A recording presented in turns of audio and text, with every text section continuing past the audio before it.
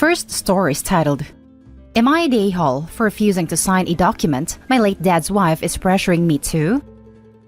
My father passed away 3 years ago from lung cancer, which spread to his brain toward the end.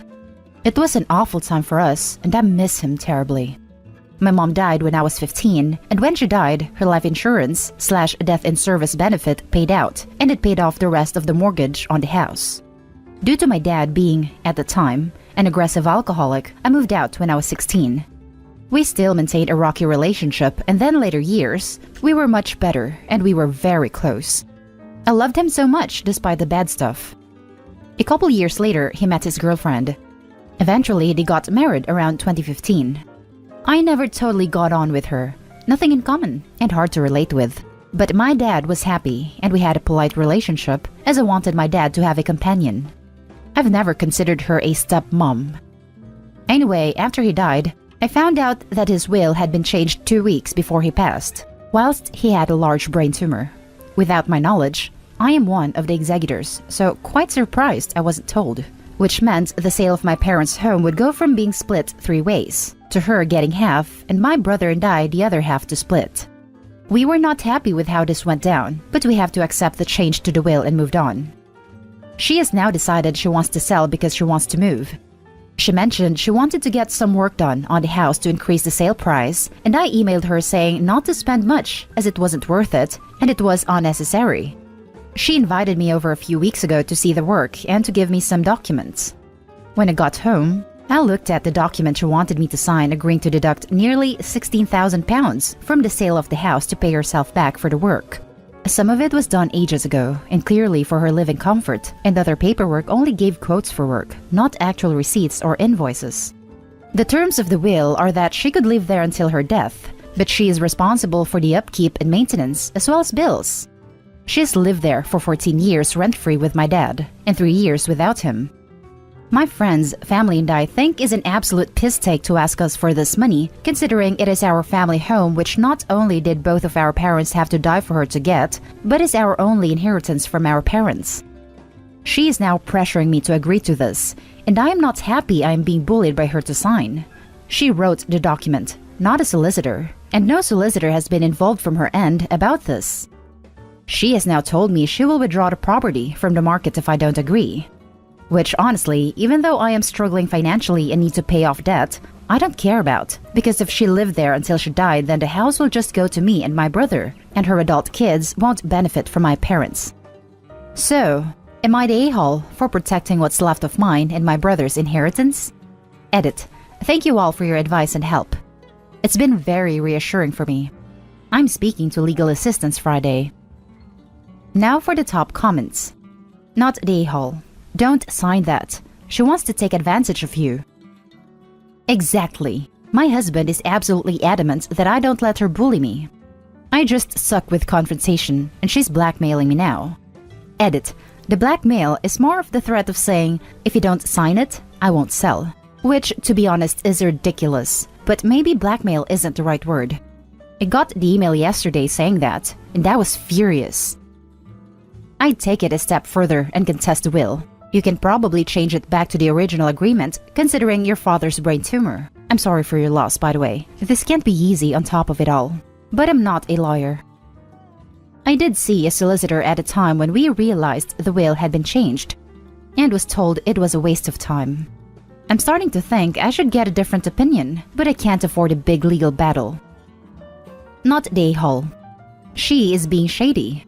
I would contact the solicitor if your father changed his will 2 weeks before his death with a brain tumor. It could be contested.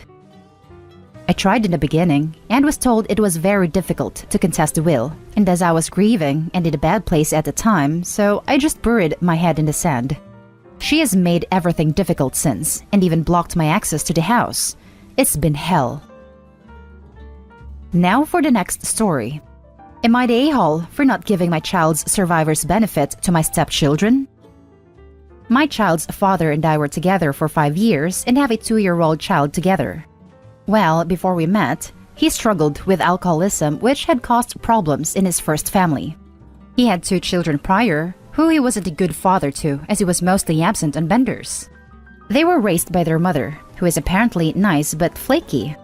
By the time I met him, those kids were both over 18, and he had had years of recovery, so it was hard for me to judge.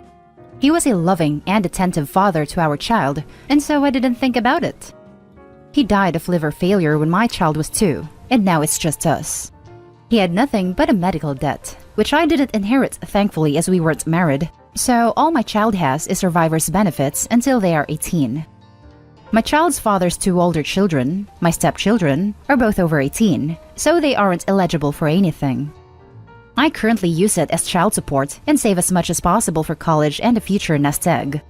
My stepkids have figured out that as a minor, my child is getting money and are clamoring for their share.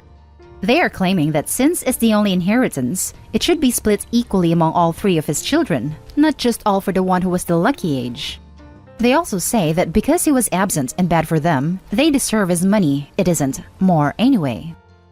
They've gotten some of his relatives to agree with them, and now I'm stuck choosing between risking my child's future or risking burning bridges that I'd rather not burn because they are my child's only connection to their father. I am currently refusing. I realize that he was bad and absent, but I don't think that's on me or my child to fix. But is the money worth nuking half my child's family relationships? Not day haul. Do not agree to sacrifice your young child's future to give the Social Security money that is intended to help you raise your child to 2 grown adults. If you do this and Social Security finds out, your child could lose benefits or you may no longer be allowed to be the representative payee for your child. Send every single person who is harassing you about illegally diverting your child's benefits to his grown children this link and tell them that you have no intention of breaking the law. The people who are harassing you are not your child's only link to his father. Your child has you, and any of his father's family members who are trying to steal from a fatherless 2-year-old in violation of federal law are not people you need around your child. I wish I could give you an award. This is an absolutely perfect way to shut them down. Not the a-hole. Not only are you not the a-hole, what they're asking you to do wouldn't be legal. There are guidelines on what you may use Social Security survival benefits for, and handouts to other family members aren't on the list. If you're getting a lot of pushback from them, maybe let them know that Social Security disallows you from doing that. Not the a-hole.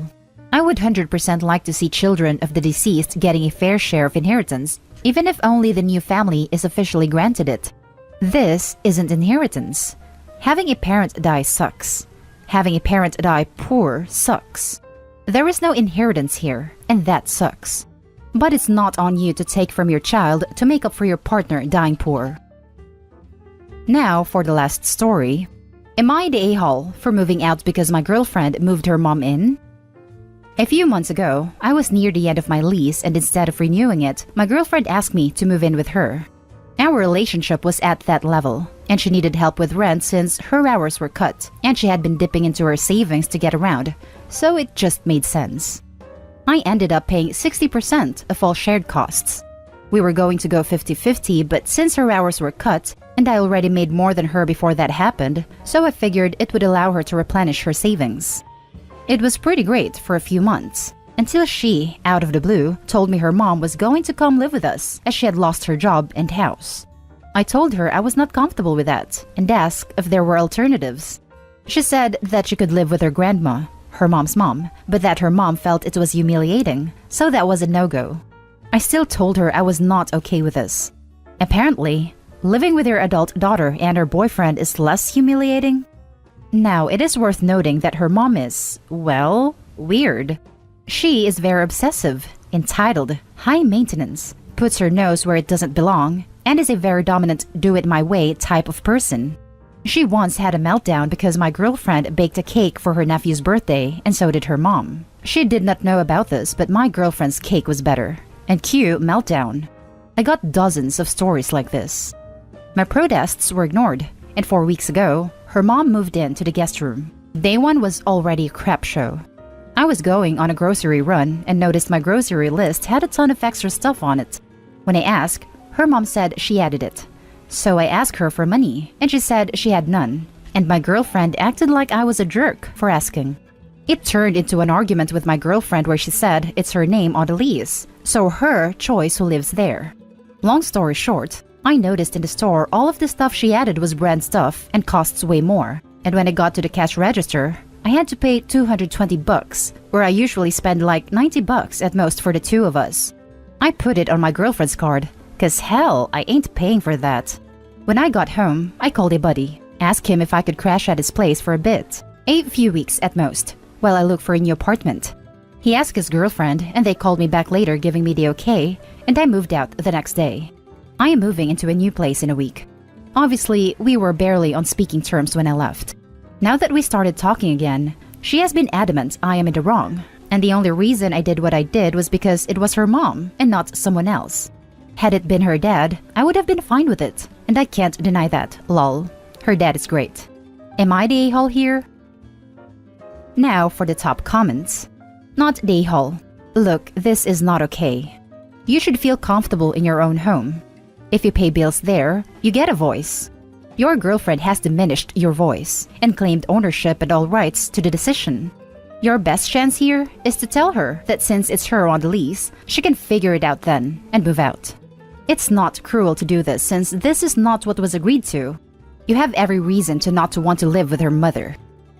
That was my thinking too. Like, sure, it is your name on the lease, but I'm footing most of the bills. And to be clear, I already moved out. I am at a buddy now and moving into my own place in a week. Not the a-hole. She made you believe that you were sharing an apartment until it came to decision that you couldn't agree on. Then it's her apartment. So you did the right thing because now you can do what you want in your apartment. Not the a-hole. She made a unilateral decision. While that may be her prerogative, since the lease is in her name, you are under no obligation to stick around if you're not on the lease. You're also under no obligation to pay for the mom's food. She's a guest. Unless she has dietary restrictions due to medical needs, she should eat what is available and not dictate you buy other stuff. Added to add, your relationship probably won't survive this, nor should it. You will be dealing with this sort of behavior for the rest of your life if this is the sort of thing she does. Well, added to that, why would I pay it all for someone I don't want there in the first place? And I have considered that we may not survive this as a couple, but this is a hill I am willing to die on. And that's the end of this video, folks. As always, leave a comment and hit like and subscribe. And if you want more of this content, turn your notification on to get updated on the latest videos. And I'll catch you in the next one. Stay safe.